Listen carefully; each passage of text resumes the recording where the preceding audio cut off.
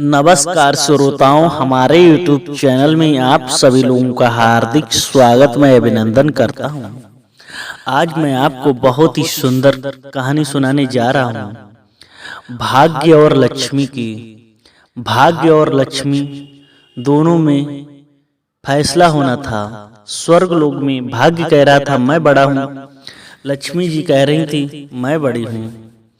दोनों लोगों में आपस में बहस चल रही थी। लक्ष्मी कहती थी मैं धनवान हूँ, मैं जिसको चाहूँ उसको करोड़पति बना सकती हूँ। भाग्य बोला जब तक मैं नहीं चाहूँगा तब तक तुम किसी को भी करोड़पति नहीं बना सकती हो।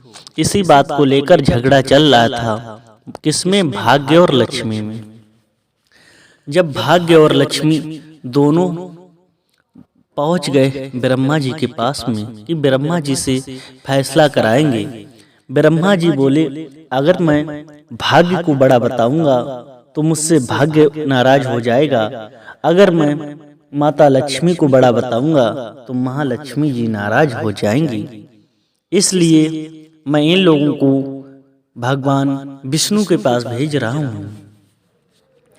जब विष्णु के पास ले गए तो विष्णु भगवान जी क्षीर सागर में, और उन्होंने ब्रह्मा जी को देखा, मुस्कुरा गए कि इसमें कोई ना कोई कारण है। तो बताया कि इसमें भाग्य बड़ा है या लक्ष्मी।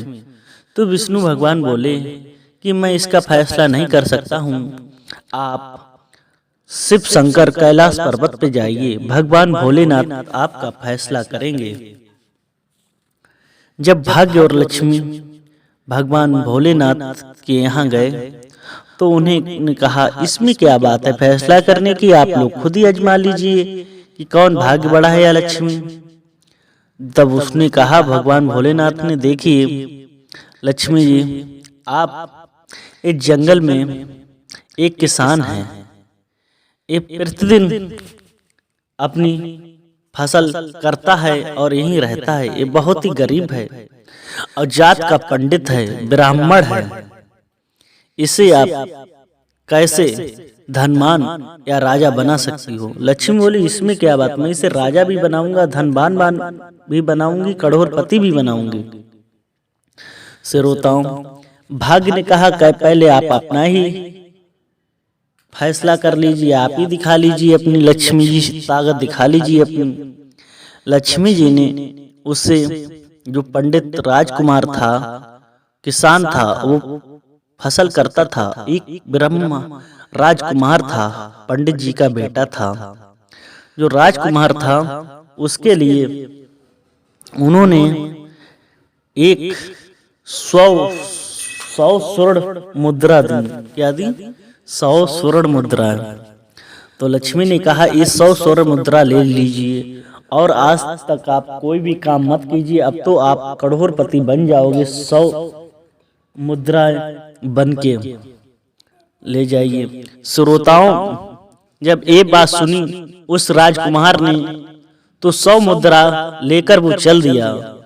दुर्भाग्य की बात यह है कि उसी शहर में राजा के यहाँ चोरी हो गई थी और वो ही मुद्रा चोरी हो गई थी, असरपियां वहां। तो वहां जब चोर राजा के सैनिक पहुंचे, रास्ते में उसे यही किसान मिल गया जो राजकुमार था। उसके हाथ में एक पोटली देखी, उन्होंने कहा ये पोटली तो राजमहल की, इसमें असरपियां हैं, चलो राजा के पास चलना चाहेंगे। तब उसने कहा मैंने ये पोटली चुराई नहीं, मुझे किसी ने प्रदान की हैं। सैनिक बोले ऐसा नहीं है, आप मेरे राजा के पास चलिए। श्रोताओं, उस राजकुमार को राजा के पास ले जाया जाता है क्योंकि उसके पास से धन बरामद हो जाता है। तब राजा उसे 3 दिन फांसी की सजा सुना देता है कि 3 दिन में मैं आपको एक फांसी दूंगा, आपको मार डालूंगा। श्रोताओं, भाग्य लक्ष्मी से कह रहा है कि लक्ष्मी जी, आपने इसे धनवान बनाते बनाते देखिए, आपने इसे फांसी पे मरवा दिया, अब तो इसे 3 दिन में फांसी लग जाएगी, इसे बचाओ। कैसे बचाओ? श्रोताओं, फिर लक्ष्मी जी ने कहा इसे कैसे बचाओ, क्योंकि जब 3 दिन का समय आ गया और फांसी लगने वाली थी, पहले क्या होता था, राजा लोग उसकी आखिरी इच्छा पूछते थे आपको क्या चाहेंगे। तब लक्ष्मी जी बोली, हे भाग्य, अब तुम ही कुछ करो, इसे बचाओ, इसे बचाओ। तो लक्ष्मी का बस नहीं चला, क्योंकि लक्ष्मी जी केवल अमीर कर सकती हैं, करोड़पति कर सकती हैं, करोड़पति बनाते बनाते मरवा भी सकती हैं। इसलिए भाग्य ने कहा, लक्ष्मी जी अपनी हार मान लो। लक्ष्मी जी बोली, चलो मैं अपनी हार मान लेता हूँ, मेरी पराजय हुई, अब आप इसे कैसे बचाएंगे। श्रोताओं, भाग्य जब उसका राजकुमार का जागृत हुआ, उसने राजा ने पूछा कि आप क्या करना चाह रहे हो, आपकी क्या इच्छा है। तो वो बोला, बेटा मैं राजकुमार हूँ, मैं कथा सुनाता हूँ, इसलिए मैं आप सब लोगों को कथा सुनाने जा रहा हूँ। श्रोताओं, तो उसने कहा, ठीक है, आप मुझे कथा सुनाइए। तभी वो राजकुमार बोला कि आप अपने पूरे परिवार के सहित संपूर्ण नगर के सामने आप बैठ जाइए, मैं सभी को कथा सुनाऊंगा। श्रोताओं, जब सभी नगरवासी और राजा के सभी परिवार वाले बैठ गए, अब वो राजकुमार जो पंडित था वो कथा सुनाने लगा। कथा सुनाते सुनाते कहने लगा, क्योंकि उसका भाग्य जागृत हो गया था, क्योंकि उसके अंदर बुद्धि आ गई थी। भाग्य जब जागृत हो गया, वो कहने लगा कि जो पंडित की हत्या करता है तो वो वास्तव में ब्रह्म हत्या लगती है उसे, इसलिए ब्राह्मण की हत्या नहीं करनी चाहिए, कितना भी बड़ा ब्राह्मण पाप कर दे। श्रोताओं, जब ये बात सुनकर एक कहानी जब पूर्ण हुई और उस राजा ने ध्यान से सुन ली कि अगर मैं इसका मतलब इसको मारूंगा तो मुझे ब्रह्म हत्या का दोष लगेगा, इसलिए उसे फांसी की सजा मुक्त कर दी। तो इसलिए उससे कहा कि तुम क्या कर सकते हो। तो बोला, मैं कथा सुना सकता हूँ, क्योंकि राजा की पुत्री थी, बहुत ही सुंदर थी, बहुत ही गुणवान थी। उसने कहा, हे पिताजी, मुझे कहानी सुननी है, कथा सुननी है। तो इसलिए उसकी जिंदगी बच गई राजकुमार की। राजकुमार प्रतिदिन आता था और उसको राजा की लड़की को कथा सुनाता था। एक समय की बात, भाग्य से लक्ष्मी ने कहा, लक्ष्मी ने भाग्य से कहा, हे भाग्य, अब तुमने फांसी से तो बचा लिया, अब तुम इसे राजा कैसे बनाओगे। तो भाग्य कह रहा लक्ष्मी से, आप देखती जाओ, मैं इसे राजा जरूर बनाऊंगा और इसकी शादी भी मैं इसी राजा की पुत्री से करवाऊंगा, तब इसे मैं राजा बनाऊंगा। लक्ष्मी बोली, चलो मैं देखती हूँ, देखें आप कैसे राजा बनाओगे। क्योंकि भाग्य जो था राजकुमार, वो प्रतिदिन कथा सुनाने जाता था राजा की लड़की को। एक दिन जो भाग्य था वो राजा के यहाँ, जो उसके लड़की के पास में जो कथा वाचक था पंडित, उसके पास में आया और बोला, हे राजन, हे राजकुमार, आप रोज कथा सुनाने जाते हो। क्योंकि भाग्य एक बाबा का भेष रख के आया और कहा, आज आप राजा की लड़की से कहना कि मुझे आपसे शादी करनी है, आप प्रस्ताव रखना। श्रोताओं, जब उसने ये बात सुनी भाग्य राजकुमार ने, और वो कथा सुनाने पहुंचा और उसने कहा उसकी राजा की पुत्री से, आप शादी के योग्य हो गई, आपको मुझसे अच्छा वर कहीं नहीं मिल सकता है, आप मुझसे शादी कर लो। फिर राजकुमारी थी, वो उस राजकुमार के ऊपर चढ़ बैठी, क्या मेरी यही उखाद है, मैं एक पंडित से शादी करूंगी, मैं एक कथा वाले से शादी करूंगी। श्रोताओं, ये बात सुनकर उसने राजा से कहा, राजा ने कहा, मैं ये शादी नहीं कर सकता हूँ। तो श्रोताओं, उसने कहा कि ये पंडित है, मैं इसको कोई सजा भी नहीं दे सकता हूँ, इसलिए मैं इससे शादी तो कर लूंगा, क्योंकि मैं इससे कुछ 3 शर्तें ऐसी रखूंगा जो ये ब्राह्मण एवं राजकुमार पूरी नहीं कर सकता है। उन्होंने शादी से पहले एक पत्र लिखा और पत्र में कहा कि आपको ऐसी बारात लानी है जो अद्भुत बारात हो, और इतने तंबू गाड़ दिए, इतने सारे तंबू की अगर एक भी तंबू खाली हो गया तो तुम्हें फांसी की सजा सुनाऊंगा, और हमारा जितना भोजन पकवान बने कुछ बचना नहीं चाहिए, सारे आपके बाराती खाना चाहिए। श्रोताओं, राजा ने पत्र लिखकर उस राजकुमार को दे दिया। राजकुमार घर पे आया, उस बाबा को दिखाया। बाबा ने कहा, चिंता मत करो, कह दो कि आप शादी की तैयारी करो। श्रोताओं, उधर राजकुमार ने राजा के लिए पत्र भेज दिया कि आप शादी की तैयारी करो।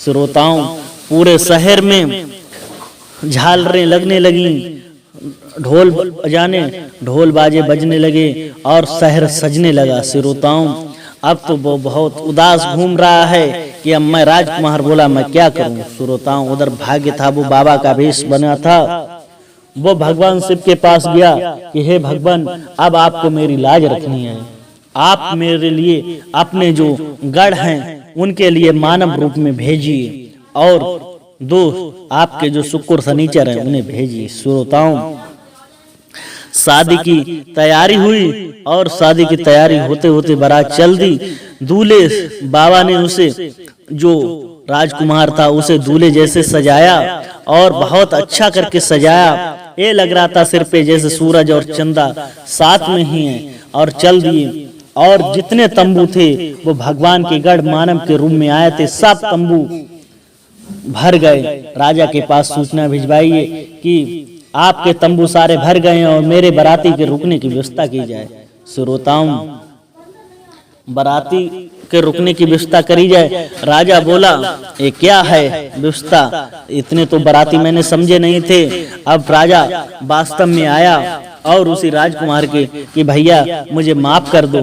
उसके बाद में, क्योंकि राजा ने जो खाना बनाया था उसका खाना बहुत था, क्योंकि जो भाग्य था दूल्हे के साथ में, जो शुक्र शनिचर दो बच्चों का रूप बनाए हुए थे, वो रो रहे थे, रोते रोते रो रहे थे। और बोले, राजा बोला कि ये बच्चे कैसे रो रहे हैं? तो उसने बोला, ये मेरे बच्चे बहुत ही भूखे हैं, इसलिए इन्हें भोजन करा दो।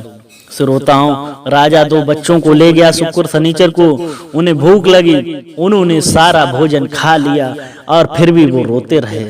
कि तभी राजा बोला, ये आपके कैसे बच्चे हैं? इन्होंने तो मेरा सारा भोजन खा लिया, अब बताओ अब कहां से बाराती खाएंगे? श्रोताओं, उसकी दो शर्तें पूरी हो गई थी। उसने कहा था कि इतने बारात में लोग आए, मेरे तंबू खाली नहीं बचे, जबकि इतने भगवान शिव के गढ़ थे। और कहा मेरा खाना भी नहीं बचे, खाना भी नहीं बचा। और कहा था तीसरी शर्त, मेरी बारात अद्भुत है। श्रोताओं, वो बारात भी अद्भुत थी क्योंकि इतने मानव थे, और जो दूल्हा था भगवान के रूप में, जो राजकुमार था, उसके साक्षात सिर पे सूरज और चंदा वास कर रहे थे। ऐसी बारात नगरवासी कह रहे थे, ऐसी बारात मैंने कभी भी नहीं देखी, ऐसी बारात ना देखी ना कभी हो। श्रोताओं, उसके बाद में राजा ने बारात को विदा किया अच्छे से, क्योंकि राजा की एक ही पुत्री थी। राजा ने उस युवराज को अपना राजा घोषित कर दिया और सिंहासन पर बैठाल दिया।